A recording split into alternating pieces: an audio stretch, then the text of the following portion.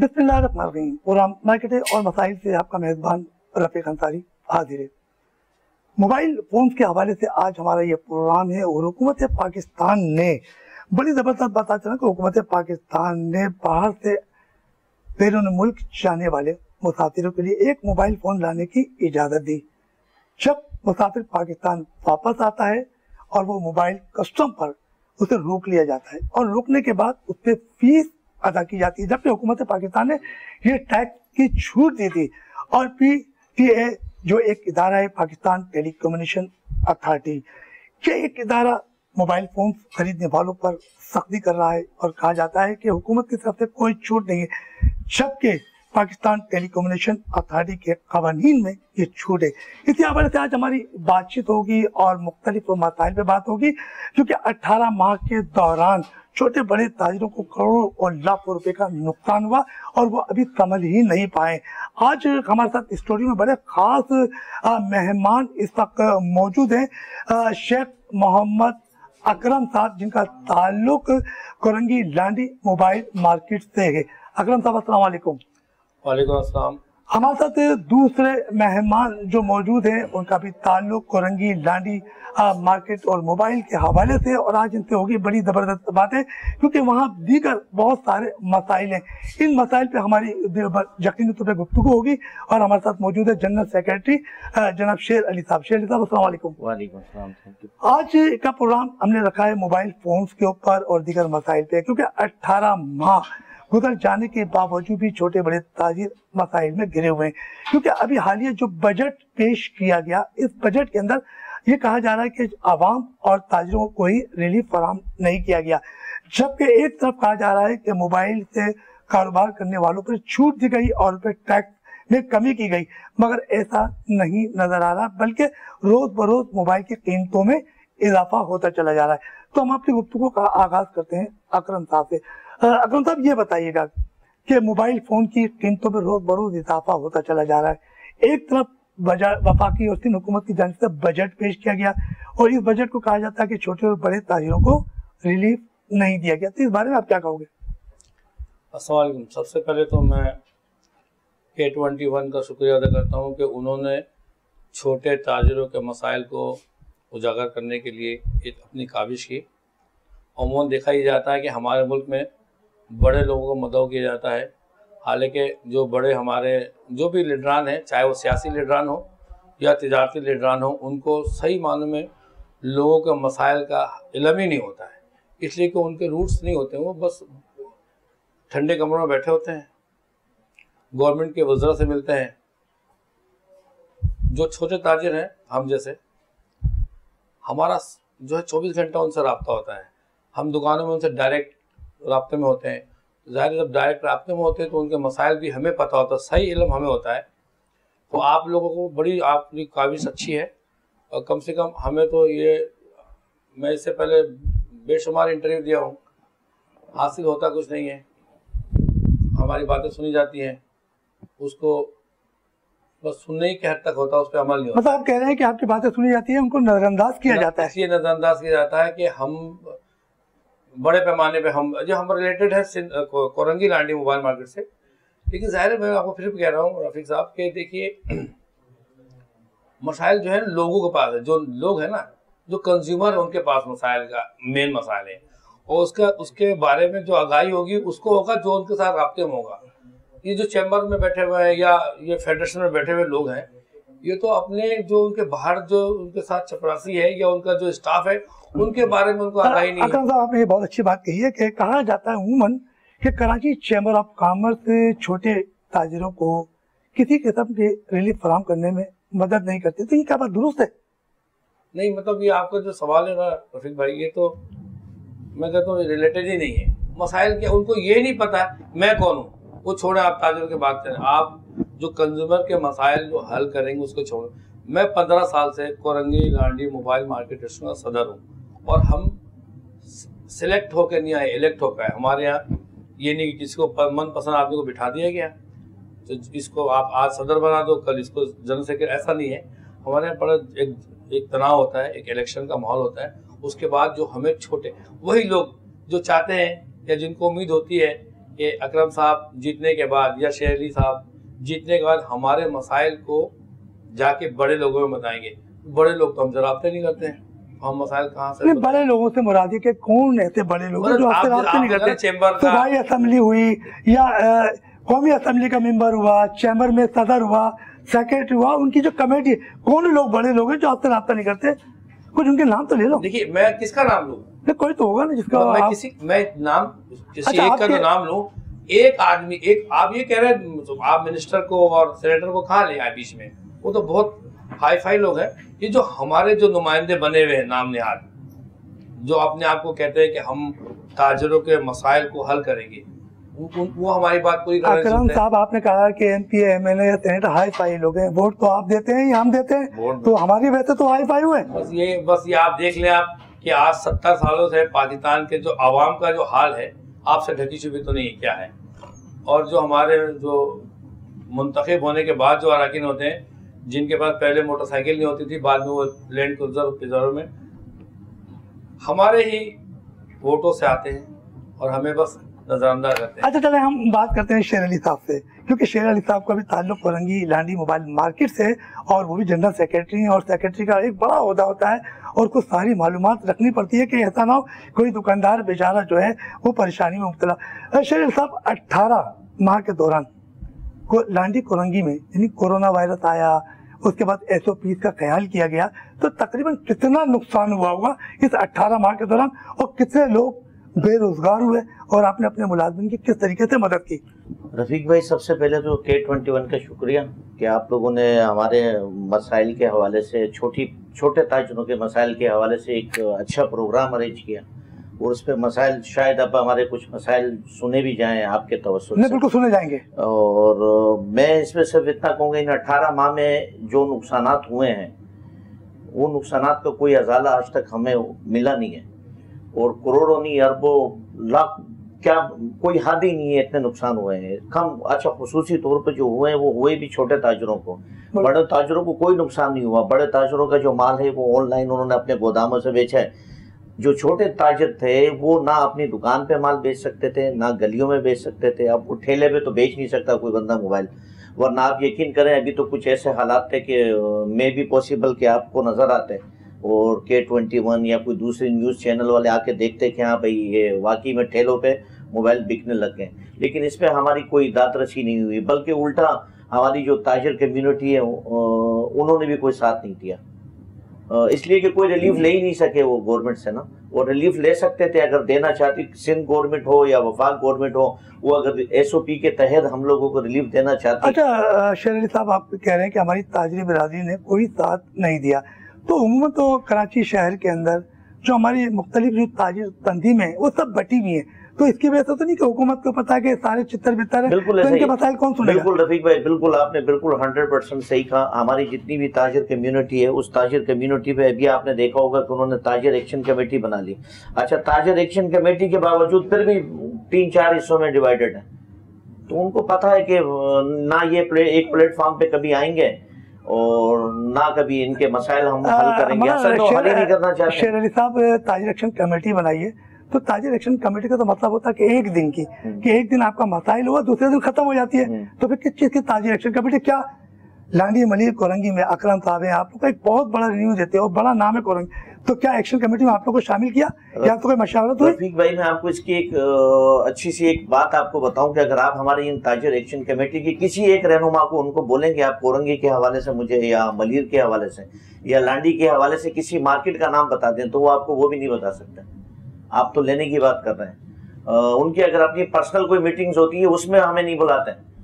क्यों नहीं बुलाते? वो इसलिए नहीं बुला, हालांकि मैं आपको एक बात बताऊंगा हमारे खासकर पे लांडी कोरंगी के हवाले से मैं चैलेंज करके बताता हूँ, कराची में अगर इससे बड़ा बिजनेस मोबाइल के हवाले से किसी भी मार्केट ने दिया हो जितना हमारी कोरंगी की मार्केट और लांडी के मोबाइल मार्केट ने दिया है, मैं चैलेंज से कहता हूँ आपको कोई किसी ने नहीं दिया होगा इतना बड़ा बिजनेस जितना हमारी लांडी कोरंगी के ने दिया।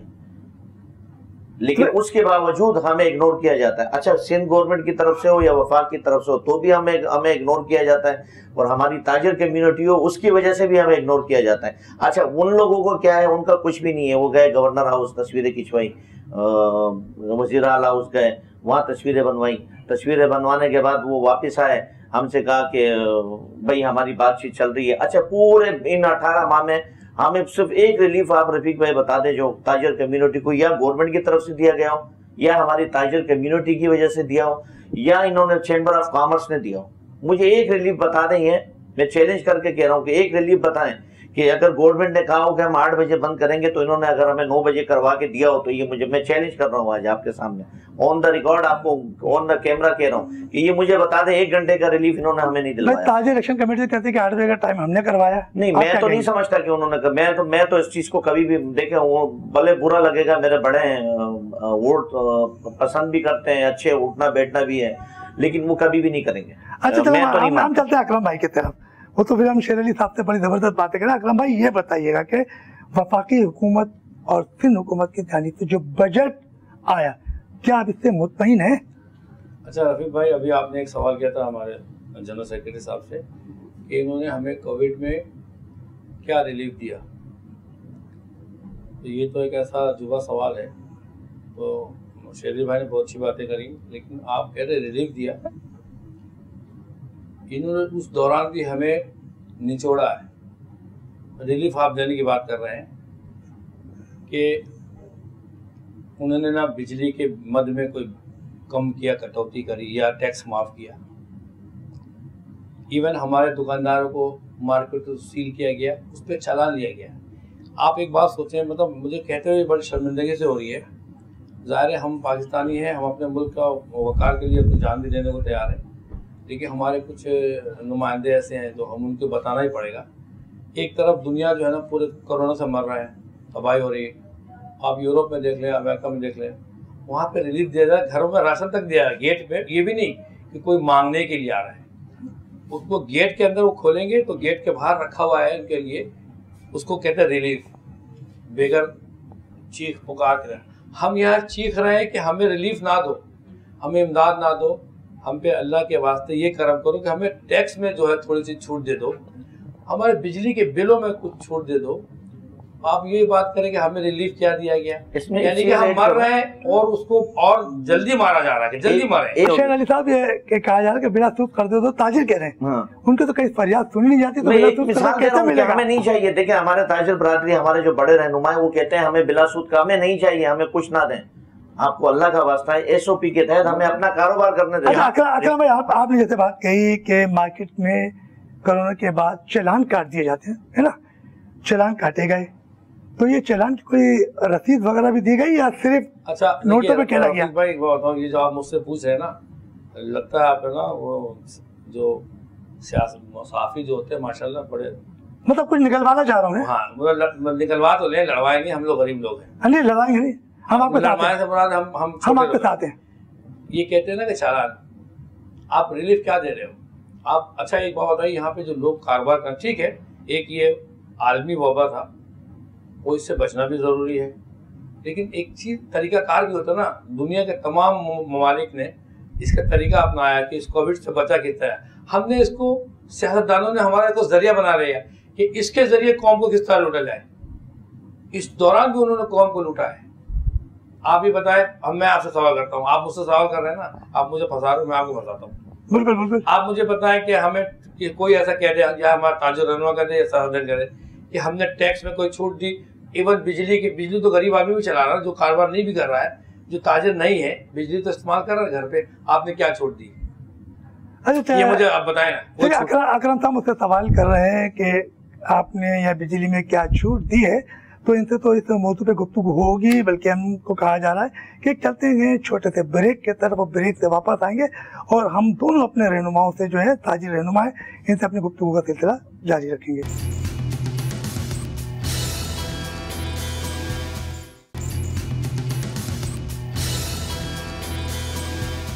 ब्रेक पे जाने से पहले हमारी शेर अली साहब और शेख मोहम्मद अकरम साहब से बड़ी ज़बरदस्त गुफ्तगू चल रही है मोबाइल फ़ोन के हवाले से, मसाइल के हवाले से, कोरोना के हवाले से और नुकसान के हवाले से।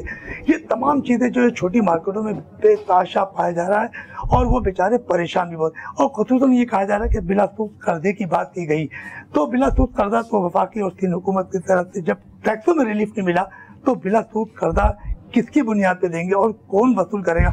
मगर ये तो बात की बात है। अकरम साहब से चलते हैं और अकरम साहब से कुछ ही हमारी गुफ्तगू है। अकरम साहब, ये बताइएगा कि जनवरी में आपके इलेक्शन हुए और आपके इलेक्शन की बड़ी धूम है और बड़ा मुनसिफाना इलेक्शन हुए थे, तो आप ये बताइए कि आप तकरीबन, मैंने सुना है कि 18 साल से आप चेयरमैन, तो आपकी ऐसी क्या वजह है कि आपके दुकानदार आपसे इतनी मोहब्बत करता है? कोई तो खूबी होगी ना आप में, या आप ईमानदारी का सौदा अपने साथ लेके चल रहे हैं?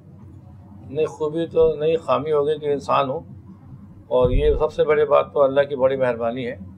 लोग पसंद करते हैं, कुछ अच्छाइयाँ भी होंगी, कुछ बुराइयाँ भी होंगी।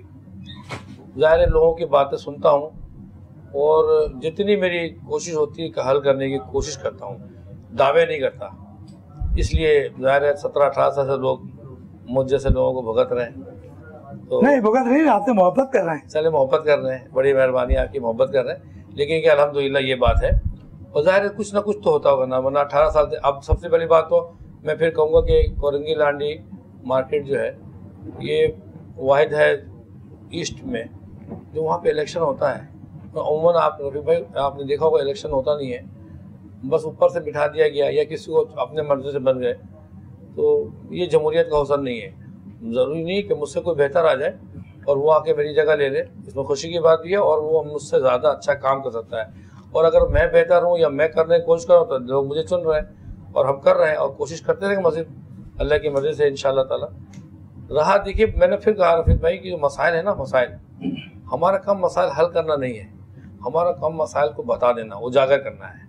हम जैसे मैं एक डॉक्टर हूँ, मरीज़ आके मुझसे कहता है सर जी मुझे फला बीमारी है, तो डॉक्टर दवा लिख देता है।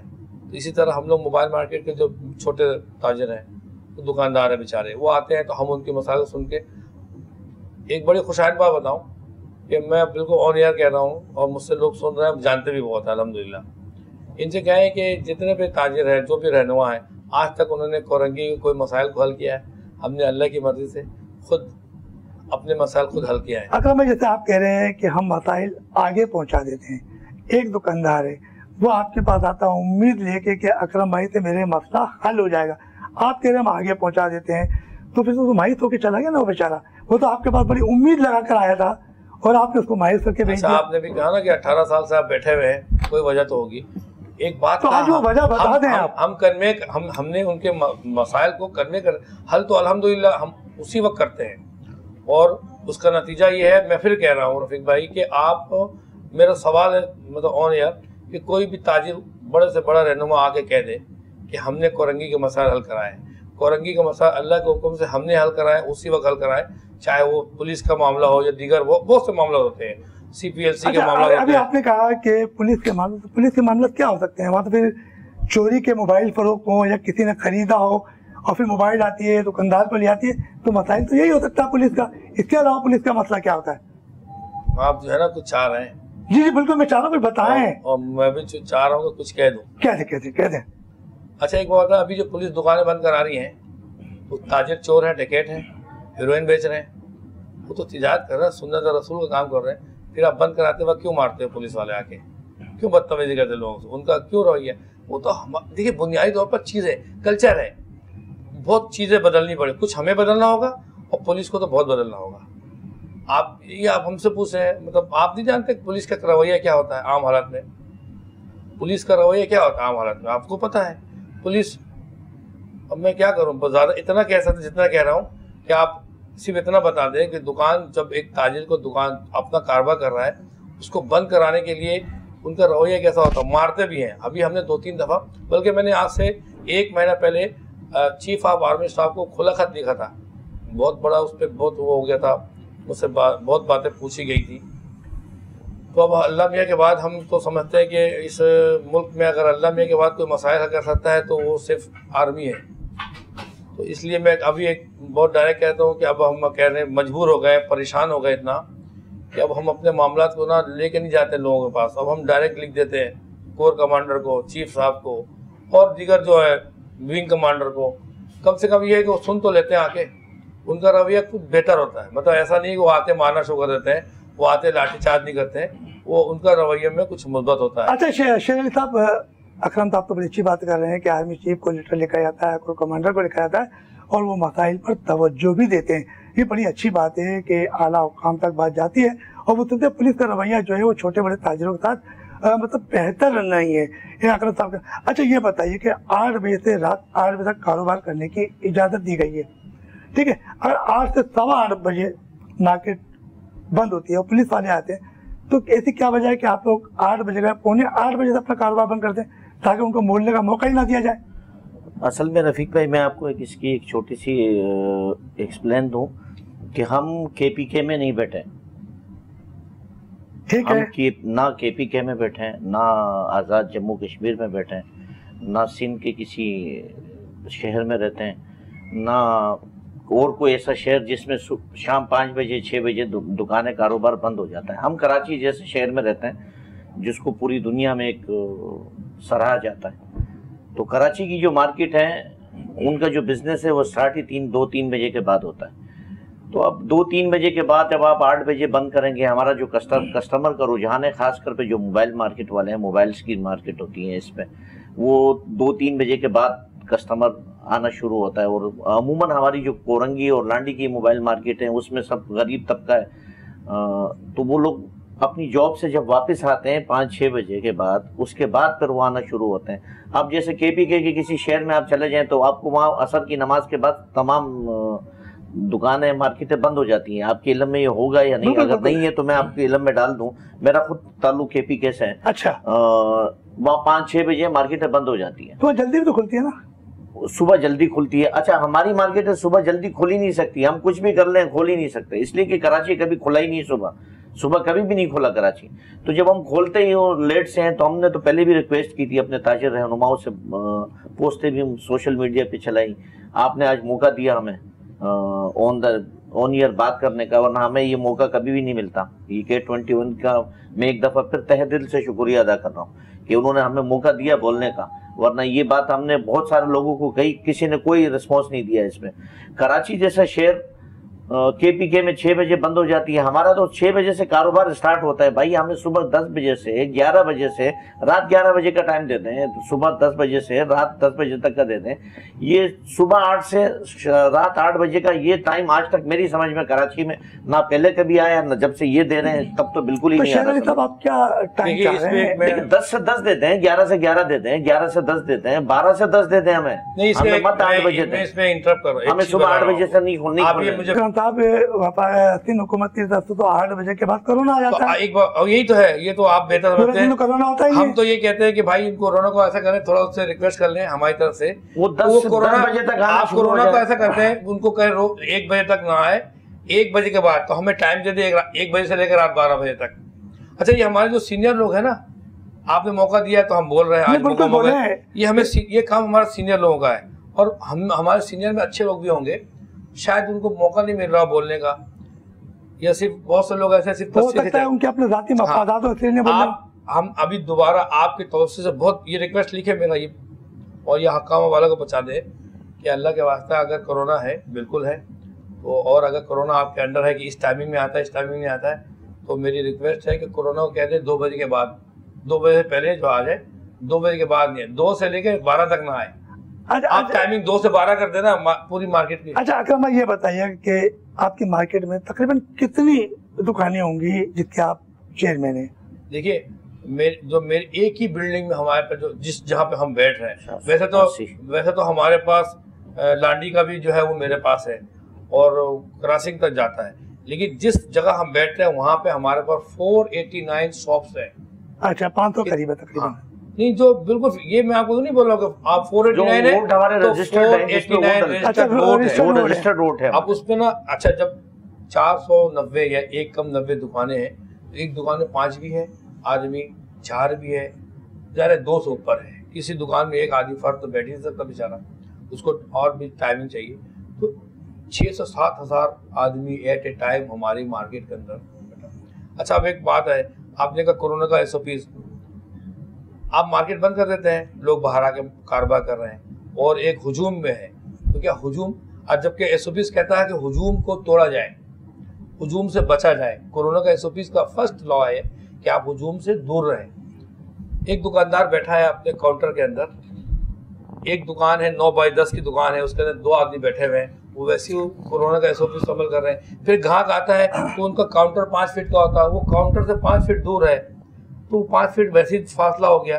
तो मुझे नहीं लगता हुकूमत के अंदर या हुकूमत के मुशीर हैं, अल्लाह पाक उनको हिदायत दे, और मेरी बात सुन के अगर मेरी बातों में थोड़ी सी बात भी अच्छी लगे उनको, तो अल्लाह के वास्ते दुकान के अंदर बैठ के तो SOP पे अमल किया जा सकता है। बंद कराने के बाद ये भी तो कहा जा रहा है कि हर दुकानदार अपने मुलाजमिन को वैक्सीन का इंजेक्शन लगवाए, तो इस पर अमल हो रहा है। अच्छा, अगर इस पर अमल नहीं हो रहा होगा तो आपके लिए मुश्किलात पैदा होगी, मुलाजमिन का परेशान करने के लिए एक नया तरीका है, वरना मैं तो नहीं समझता कि ये तो एक नया रास्ता खोला जा रहा है कमाई के लिए। अरे कभी आ जाते हैं और फिर आपके मुलाजिम को पूछते हैं, फिर आप मैं ये तो कह रहा हूँ आपसे रफीक भाई कि एक नया रास्ता बनाया जा रहा है कमाने के लिए, ताजरों को तंग करने के लिए। देखिए एक वबा है ना, बचना हमने है। अगर ये कोरोना है तो अगर वैक्सीन लगे है तो मेरी हिफाजत हो रही है, तो मुझे अपने जो मेरे अंडर काम करने वाले लोग हैं उनका भी सेहत का ख्याल रखना पड़ेगा, उनको वैक्सीन लगाना पड़ेगा।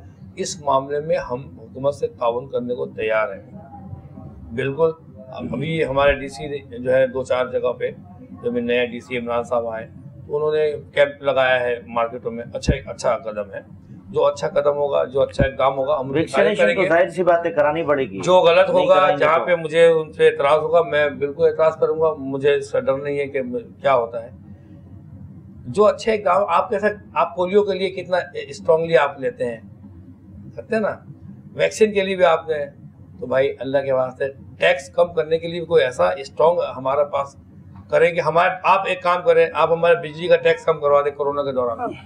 आपको पता है कि मैं 17-18 साल से चेयरमैन रहा हूँ, इन 18 महीनों में मैंने पहली दफ़ा देखा कोरंगी मार्केट के अंदर एक दुकान खाली होने का, अगर कोई सुनता था तो 10 आदमी खड़ा होता था और लोग कहते थे यार हमें आप इतने पैसे लेके दुकान दिला दो, काउंटर दिला दो, रिश्वतें चलती थी, कितना कारोबार उस पे था। अब इस कोरोना की वजह से ऐसा है कि 20 दुकानें मैं दिखा दूंगा खाली पड़ा है, तो मतलब हम कहाँ जा रहे हैं? ये काम हमारा नहीं। देखिए मेरा काम है बताना ये प्रॉब्लम, इस प्रॉब्लम को हल करना काम है इदारों का, जो हमारे बड़े हैं, जो हमारे सियासतदान हैं, जो इस मुल्क के स्टेक होल्डर हैं, जो मुल्क को चला रहे हैं। मैंने बता दिया ना, आप ये ऐसा बड़ा काम है क्यों नहीं कर रहे? अकरम भाई, अगर हम बात करते हैं सूबाई असम्बली की या कौमी असम्बली की या बजट की, किसी की भी, अगर ताजिर, जैसे आपका जिला कोरंगी है, अगर आपने कभी ये सोचा है कि एक इत्तेहाद तमाम मार्केटों का हो और उसके लिए कोई प्लानिंग आपने तय की भी है कि एक मार्केट की, एक पूरा जिला कोरंगी का हम सब का एक इत्तेहाद हो जाए? तो देखिए ये तो एक आम से एक जनरल बात है कि एक धागा जो है ना वो बड़ा कमज़ोर होता है, लेकिन अगर 10-12 धागा हो जाए तो एक रस्सी बन जाता है, और रस्सी को तो जानवर भी बहुत मुश्किल तोड़ता है। तो ये जो हमारे बड़े हैं इनको अकल आनी चाहिए। मैं फिर कह रहा हूँ, बड़ा कड़वा जुमला, कि आप लोग 1.5 इंच की मस्जिदें बंद करें अपनी, तमाम छोटे बड़े ताजिरों को एक पेज पे लाएं, आप हमसे बात करेंगे, हम आपकी बात सुनेंगे। आपने हमें मोहब्बत से बुलाया, हम यहाँ आ गए, तो आप हमें कहीं बुलाएंगे, हम आएंगे। तो बड़े ताजिर, बड़े रहनुमा जो अपने आप को कहते हैं कि मैं पूरा नुमाइंदगी कर रहा हूँ पूरे सिंध की, पाकिस्तान की और कराची की, तो भाई आप नुमाइंदगी अपने घर बैठे कर, आपकी नुमाइंदगी सिर्फ आपकी ड्राइंग रूम तक है बस। मैं कह सकता हूँ दावे से कि मैं कोरंगी लांडी की नुमाइंदगी कर रहा हूँ और मैं वोट के साथ आया हूँ, और मेरे लोग हजारों जो मुझसे सुनते हैं, हम उस पर कर रहे हैं, और ये मेरा लाइव जा रहा है, देख रहे लोग। आप अगर दावेदारी करते हैं कि आपके लोग, तो आप हम सबको एक करें, ये आपका काम है। बड़े अकरम साहब से हमारी गुफ्तगू का सिलसिला जारी है, मुझे मुसलसल कहा जा रहा है कि एक ब्रेक लिया जाए, और ब्रेक से हम वापस आएंगे तो शेर अली साहब से बात करेंगे और अकरम साहब से भी कुछ और भी बातें करेंगे, ताकि हमारा प्रोग्राम का सिलसिला जारी रहे।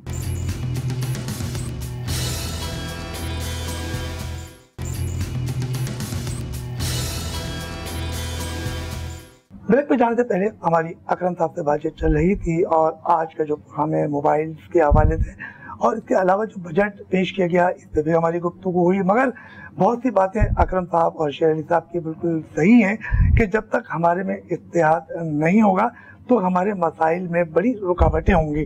और यकीन तौर पर जब एक घर में इत्तेहाद होता है तो आप घर देखेंगे वहाँ तरक्की होती है, खुशहाली होती है।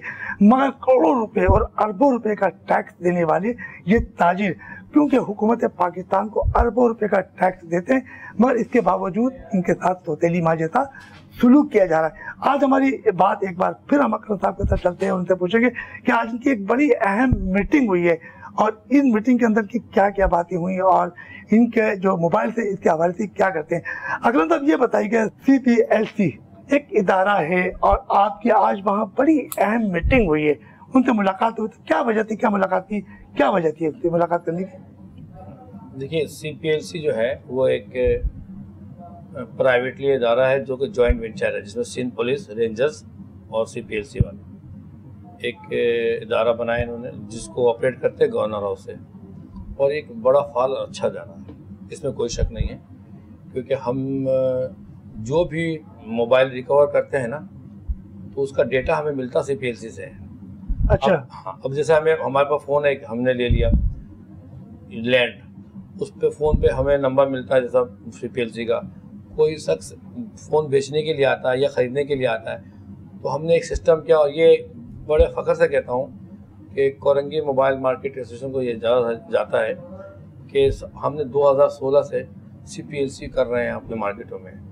और मैं बिल्कुल, ये बात ज़ाहिर रिकॉर्ड में है कि हमारे जो हम इस वक्त सबसे ज़्यादा रिकवर करके मोबाइल CPLC को हवाले किया है। और ये मैं कह रहा हूँ, तो अगर इस पर गलत होगा तो CPLC वाले मुझसे बुला के पूछ भी सकते हैं। तो उसका तरीकाकार ये कि ज़ाहिर अकेले की मेरी कारकर्दगी नहीं है, इसमें सिंध पुलिस और रेंजर्स का भरपूर तावन होता है, और CPLC वाले जो डेटा देते हैं हम उनकी ही मदद से, उसका बहुत सिंपल सा है। रफीक भाई, कोई बंदा आता है हमारे पास, हम टेलीफोन लाइन पे गवर्नर हाउस फोन करते हैं CPLC में, और हम कहते हैं कि इसके बारे में, उनके बारे में बता देते हैं। तो वो ये कि ये इसमें कंप्लेन है, और कंप्लेन की नौयत बताते हैं, तो वो उसको हम वहाँ से होल्ड करते हैं, और वो चीज़ रिकवर करके असल ऑनर को CPLC, रेंजर्स और पुलिस के ताउन देते हैं। अच्छा, यहाँ पे एक चीज़, हम जहाँ पे हम CPLC की इतनी तारीफ कर रहे हैं, इसमें कोई शक नहीं कि CPLC के बगैर या हम पुलिस और रेंजर के ताउन के बगैर हम ये काम नहीं कर सकते। वो आपने कहा ना कि जॉइंट वेंचर है, ये बिल्कुल है, हम उनके साथ ताउन करते हैं, क्रेडिट उनको बन जाता है। लेकिन एक दो चीज़ें हैं उसमें बड़ी कोताही हुई है। अभी हमने चीफ CPLC को एक लेटर लिखा था कि जी अभी हम कोई मोबाइल ख़रीदते हैं और CPLC से जब हम तस्दीक करते हैं, टाइम लेते हैं कि 21 तारीख शाम 4:20 operator number so and so, वो कहते हैं ओके, मोबाइल हम ओके करते हैं, वो हमारे ओके करने के बाद जो है दुकानदार उसको ख़रीदता है और फिर बेचता है। 10 दिनों के बाद से किसी इदारे का, हसास इदारे का बंदा आ जाता है कि जी ये मोबाइल चोरी का है, अब वो हमारे दुकानदार को मतलब उसका जो रवैया होता है ना, वो काबिल बयान नहीं है। तो भाई ये तो काम आपका है ना, आपने कहा कि ये सिस्टम फॉलो करें, ये SOPs फॉलो करें, इसके तहत अगर मोबाइल लेते हैं तो आपको दुकानदार की जिम्मेदारी नहीं। लेकिन उसके बावजूद भी हमारे दुकानदार, ये मतलब मैं बहुत हाई लेवल पे उनको कहा है, और मेरा उन्होंने काफ़ी हद तक कोशिश भी की है, और रेंजर्स के जो जिम्मेदारान हैं उनसे बैठ के भी बात हुई है, मेरी मीटिंग हुई, उन्होंने कहा है, और कोशिश तो कर रहे हैं, लेकिन इसका अभी तक कोई खातिर खा हल नहीं निकला। हमने उनको ये भी कहा था कि जब अगर कोई चीज़ कंप्लेन आ रहा है आपके पास, तो आप एक दूसरे को शेयर करें। अगर रेंजर्स के पास कोई आता है कि भाई हमारे मोबाइल छिन गए, ट्रैकिंग में डाल दें, तो वो ट्रैकिंग का सिस्टम आप CPLC को आगाह कर दें, ताकि जब मैं उसको चेक कर रहा हूँ तो मुझे पता चल जाए ये मोबाइल सही नहीं है। अब मैं पैसे दे के ले लेता हूँ, या मेरा दुकानदार पैसे दे के लेता है, जब पुलिस आती है या कोई दूसरे दायरे के लोग आते हैं, वो हमारे दुकानदार को पैसे नहीं देते हैं। हम वो बोलते बहुत हैं, देखिए ऑनलाइन है, पीछे बातें करते हैं हम दे देंगे, कहीं स्टेज में हमने खड़ा कर दिया, वो बड़ी बातें करते हैं, हम पैसे के बगैर नहीं ले जाएंगे और पैसे दे के ले जाएंगे, और आपको हक है, आपने सही किया। लेकिन होता कुछ और है। जो हम पैसे तो पहली बार तो दुकानदार का बगैर वार्निंग दिए हुए या एसोसिएशन का बगैर पकड़ लेते हैं, तो बड़ी मुश्किल से अच्छे लोग हैं, अच्छे अफसरान हैं, हम लोग जाते हैं, बड़े तगदो करनी पड़ती है, बताना पड़ता है, तो हम करते लड़ते हैं। लेकिन ये कि ये तरीकाकार नहीं है। जब आपने हमें SOPs दिया है, इस SOPs के तहत आप ये मोबाइल खरीदें, हम खरीदते हैं, तो मेरे किसी दुकानदार को, किसी पुलिस वाले का या किसी इदारे का हक नहीं बनता है कि वो आपके मुलाजिम को लेके जाए, बिल्कुल तस्लील ना करे। वो एक ताजिर है, और पाकिस्तान के सबसे मौजूद पेशा है तिजारत, और पाकिस्तान की मईशत की रीढ़ की हड्डी तिजारत है। आप ताजिरों को इस तरह जलील ख्वाल करेंगे तो फिर तो हम डाकू पैदा ही होंगे, फिर डाकू बनेंगे। अच्छा शेर अली साहब, ये बताइएगा कि मोबाइल फोन पर कुछ टैक्स आयद किया गया है, और कहा जाता है कि 10,000 के मोबाइल पर 12 या 15,000 रुपये टैक्स वसूल किया जा रहा है, तो कितनी सदाकत है? रफीक भाई, ये बिल्कुल ऐसा ही है। असल में हमारे यहाँ पाकिस्तान में जो है ना, कुछ कंपनियां हैं, उनका होल्ड है अच्छा पे, और उनकी मोनोपोली है। आप एक सैमसंग का मोबाइल खरीदने के लिए जाएंगे, तो सैमसंग के मोबाइल पे जब आप खरीदने जाएंगे तो वो मार्केट में आपको मिलेगा 16,000 रुपये का, और वही मोबाइल अगर आप बाहर से लेकर आ जाए और आप लेकर आए बाहर से और यहाँ उसकी कस्टम ड्यूटी पे करने के लिए जाएंगे तो उसकी ड्यूटी 22,000 रुपये होगी। सैमसंग आपको वही मोबाइल, नोकिया आपको वही मोबाइल 16,000 रुपए का दे रहा है, लेकिन आप उसी की ड्यूटी वही मोबाइल उसी सेम मॉडल का, उसमें सिर्फ कुछ चीजें होती हैं, उसमें कुछ अंदर जो उनके मॉडल होते हैं उसमें कुछ एफ की सीरियल आती है, कुछ एन की सीरियल आती है, उसकी वजह से वो 16,000 को आपको सैमसंग देगा और आप जो बाहर से लेकर आओगे उस पर 22,000 रुपए की। ये तो हुकूमत की तरफ से एक मोबाइल लाने पे छूट है ना, ये तो हुकूमत ने खुद कहा है। मुझे तो आज तक नजर नहीं आई छूट, तो हमारे यहाँ बजट में भी बहुत सारी दी गई है पिछली दफा ना। जो हालिया जो बजट हुआ है इसके अंदर तो इस बजट में अभी देखें, अभी तो ये अब नाफिज हो गए जून जुलाई से, तो फिर हम इसमें भी देखेंगे, लेकिन आज तक कोई रिलीफ हमें बजट में नजर नहीं आया मोबाइल के हवाले से। अगर आता तो आप मुझे एक चीज बताएं, इतने अरसे से आप सीधा 1,000 रुपए टैक्स करते हैं किसी मोबाइल पे, 10,000 से ऊपर का मोबाइल है 1,000 रुपए डालते हैं, आपको अरबों रुपए टैक्स मिलेगा, करोड़ों रुपए आपको डॉलरों में टैक्स मिलेगा, आप उस पर 1,000, 1,500, 2,000 टैक्स डाल दें। वही मैंने आपसे कहा ना कि वही मोबाइल नोकिया या सैमसंग या अपना इसका रियलमी का या ओप्पो का वही मोबाइल आप इनसे लेंगे तो वो 16,000, 20,000 का मिलेगा, लेकिन अगर आप बाहर से लेकर आ गए तो वही मोबाइल आपको उस पर सिर्फ टैक्स आपको 24 से 25,000 रुपए देना पड़ेगा। तो ये मोनोपोली कंपनियों की है। तो शेख साहब, अगर ये जिसे आप बता रहे हैं तो कराची के अंदर तकरीबन कई मोबाइल मार्केट हैं, और अगर आप सब इत्तेहाद कर और अगर कोई धरना या मुजाहिरा अपने मुतालबा के लिए, तो ऐसी कभी सोच आई है? हमने पहले भी बड़े दिए हैं धरने, तो इस पीटीए के हवाले से हमने दिए थे, शायद आपको भी याद हो, लेकिन कोई तो ऐसे क्या वजह ना हो, ये तो समझ में नहीं। मैंने आपसे कहा ना, देखिए वो ये मैंने आपसे एक बहुत बड़ी बात की, देखिए ये सैमसंग का मोबाइल है, देखिए ऑन द रिकॉर्ड ये मैं आपको कह रहा हूँ, ये नोट 8 है। नोट 8 मोबाइल आप मार्केट से खरीदेंगे 45-40 हजार रुपए में मिल जाएगा। यही नोट 8 मोबाइल आप, मैंने आपसे कह रहा हूँ कि इस पर टैक्स आप अभी आप नेट पे सर्च करें 45,000 रुपए का टैक्स होगा, और मार्केट से आपको 45 में, तो वही नोट 8। लॉजिकली बात है, इसको आप रिकॉर्ड करें। पाकिस्तान के अंदर अगर कोई चीज आ रहा है जी जी बैनुल मुल्क के इम्पोर्ट हो रहा, चाहे वो ग्रीन चैलेंज से आए या हिडन चैलेंज से आए, इसका जिम्मेदार कौन है? जो आम ताजिर है? नहीं ना, यार उसके पास एक मोबाइल होता है डब्बा पैक, जो कंपनियां दे रही हैं उसमें टैक्स, वो मोबाइल की कीमत 20,000 रुपये या 40,000 रुपये जो भी है, एक्साइज जो कंपनी ने किया। एक आता है किट, इस वक्त चल रहा है, जो कि अभी जो ना डब्बा वाला काम है ही नहीं, किट में मोबाइल, अब किट में एक मोबाइल 40,000 का, वही किट मार्केट में आ रहा 20,000 रुपए का। तो उसकी मैं ख्याल है शायद गारंटी नहीं है उसकी। नहीं, गारंटी नहीं है, डब्बा पैक नहीं होता, की गारंटी नहीं है। हाँ, तो ये अंडरकट आ रहा है, इसका मुझे आप ये बताएं, इसका जिम्मेदार है कौन?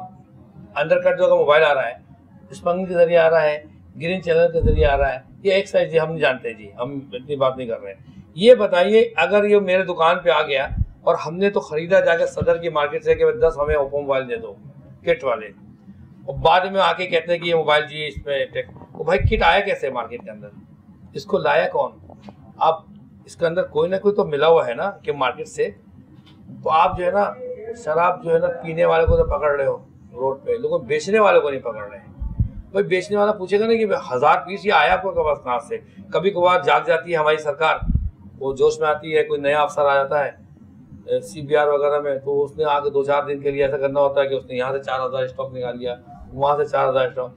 इसका प्रॉपर हल नहीं। या तो आप स्मगलिंग को रोक दें, चाहे किसी तरीके से आ रहा है, आप टोटल ये कर दें कि पाकिस्तान के अंदर सिर्फ वो मोबाइल बिकेगा जो PTA के जरिए बिक रहा है, ठीक है, या वही मोबाइल बिके जो कंपनी दे रही है। अकरम भाई, आप समझते हैं कि यहाँ स्मगलिंग रुक जाएगी? आपके ध्यान में है ये चीजें? नहीं रुकती है तो फिर गरीबों को पकड़ते हैं आप? तो गरीब तो हमेशा पिसेगा, तो यही पिसता है कि आप जो बोले ना मसाइल हल क्यों नहीं होते। भाई मार्केट के अंदर मोबाइल आ गया ना, किट बेच कौन रहा है? तो देखे बेच कौन रहा है किट? हम जाकर सदर से ले रहे हैं किट, सदर वाले भी किसी से ले होंगे, तो जो मेन चेन होती है ना, तो उसको नहीं पकड़ रहे आप, उसको आप वहां पे मराद दे रहे हैं निकालने के लिए। लेकिन वही चीज जब मार्केट में, अभी आप एक बात बताऊं, अभी कराची के अंदर देखा होगा चीफ जस्टिस साहब जो है ना 100 मोटो एक्शन ले रहे या देख रहे हैं, रोज धड़ाधड़ फैसले कर रहे हैं कि बिल्डिंगे गिराओ। जी बिल्कुल।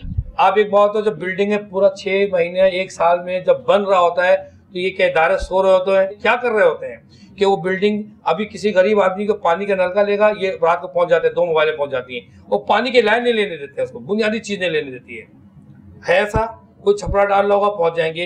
पूरा साल बिल्डिंगें बन रही होती हैं, वो कंस्ट्रक्शन का काम हो रहा होता है, एसबीएस हो रही होती है, रेवेन्यू सो रहा होता है, पुलिस वाले सो रहे होते हैं। अब अभी टूटा है, 650 दुकानें अलादीन पार्क में टूट गया। ठीक है, अनऑथराइज जगह पे बिल्कुल नहीं होना चाहिए, लेकिन अनऑथराइज जगह पे वो बनने क्यों दिया गया? और अगर बनने दिया, मैंने बेचा, वो इस टावर को मैंने बेचा और 100 गरीबों ने खरीद लिया, तो आप 100 गरीबों को क्यों मार रहे हो? मुझे क्यों नहीं पकड़ते? आपने जिसने बनाया, जिसने बेचा और जिन अफसरों ने रिश्वत लेके इसको इजाजत की, आप उसको पकड़ें, ये बदलें। मेरी बहुत मुद्दबाना है, क्योंकि मैं छोटा आदमी हूँ, बहुत बड़ी बात कर रहा हूँ कि 1 साल तक सब देखते हैं। अभी नेस्ले टावर का चल रहा है, अलादीन पार्क का चल रहा है, पता नहीं कितने गरीबों के घर तोड़ रहे हैं। तो भाई बनाया किसने था? कोई अफसर तो था जिसने बनने की आर्डर दिए। HBCA वाले बैठे हुए थे, सिंध बिल्डिंग कंट्रोल वाले बैठे हुए थे, सो रहे थे। उस वक्त किसने किया? सब NOC जिसको दिया, उस अफसरान को उनका अशासे जब्त करे जाए, उनसे पैसे लेके उन गरीबों को दी जाए जिनके मकाना टूटे हैं। अच्छा शेर अली साहब, कुछ तो बातें हमने मोबाइल फोन के हवाले से की। लांडी और कोरंगी में सफाई सुथराई के क्या हाल है? आपकी जो मार्केट है और वहाँ की क्या सूरत हाल है? अगर हालिया बारिशें भी होने वाली, इंसानों के रहने के काबिल नहीं है, बस सिर्फ इतना से कहूँगा, इंसान तो नहीं रह सकते उसमें। क्या हो मतलब थोड़ा आप यकीन करें, ना गटर है, ना गटर के कोई मामला सीधे हैं, ना किसी पार्कों के हैं, ना किसी गली के हैं, ना किसी कूचों के हैं। इतना बुरा हाल है कि अगर आप सोशल मीडिया पे देख लें और मैं आपको शेयर करने लग जाऊं, रफीक भाई मैं आपको शेयर करने लग जाऊं, तो मुझे 1 हफ्ता लग जाएगा। सिर्फ अपने हलके का, जो मेरा हलका है, उसको अगर आप मैं शेयर करने लगूं तो मुझे सिर्फ आपको 1 हफ्ता शेयर करने में लग जाएगा कि यार आज ये मसला है, आज ये मसला है। मैं कसम खा के कह सकता हूँ, मेरी रिहाइश लांडी में, वहाँ एक रोड है, 86 में हम लोग वहाँ शिफ्ट हुए थे रहने के लिए। 86 से लेके अभी तक 2 दफा बनाया हुआ, मतलब कोई तरक्याती काम 2 दफा। एक मेन रेडी रोड कहलाता है, 86 से अब तक 2 दफा बना है। मेन रोड जो पूरे फिशरी को कवर करता है, लांडी की फिशरी आपने सुनी होगी मलीर की, उसके वो रोड, मेन रोड वहीं जाता है। वहाँ बीच में एक कचरा कुंडी है, मैं कसम खा के कह सकता हूँ कि आज तक मैंने उसको साफ नहीं देखा। अच्छा अकरम भाई, चलते चलते आप ये बताइए कि अब जो महंगाई है और महंगाई का बोझ गरीबों पर ही है, पुरुष से बातें कर रही है महंगाई, लोड शेडिंग ने भी हमारा जीना हराम किया, तो इस बारे में क्या कहेंगे? महंगाई तो आपने कहा जीना हराम किया, हराम नहीं कर दिया, बल्कि आप तो लोग इज्तिमाई बच्चों को लेकर कोई नदी में कूद रहा है, ये आपको पता है। कोई बाप जो है वो बच्चों का चीज़ें नहीं ला सकता है या उसको किताबें नहीं दे सकता है, तो वो अपने बच्चों को लेकर किसी नाले में कूद रहा है। ये जो है ना, ये अल्लाह का कहर है और आप उसको भुगतेंगे। हमारे हुक्मरान के लिए मैं आपको बता रहा हूँ कि है कि अब भी वो अपने रास्ते पे आ जाए। ठीक है, दौलत से सबको प्यार है, आपको हमें भी प्यार होगा, लेकिन वो ऐसा करें कि दौलत खाने जिंदा तो रहे। अभी आप ये देखें ना कि अंदरूनी सिंध में कुत्ते के काटने से लोग बच्चे मर रहे हैं पागल हो गए।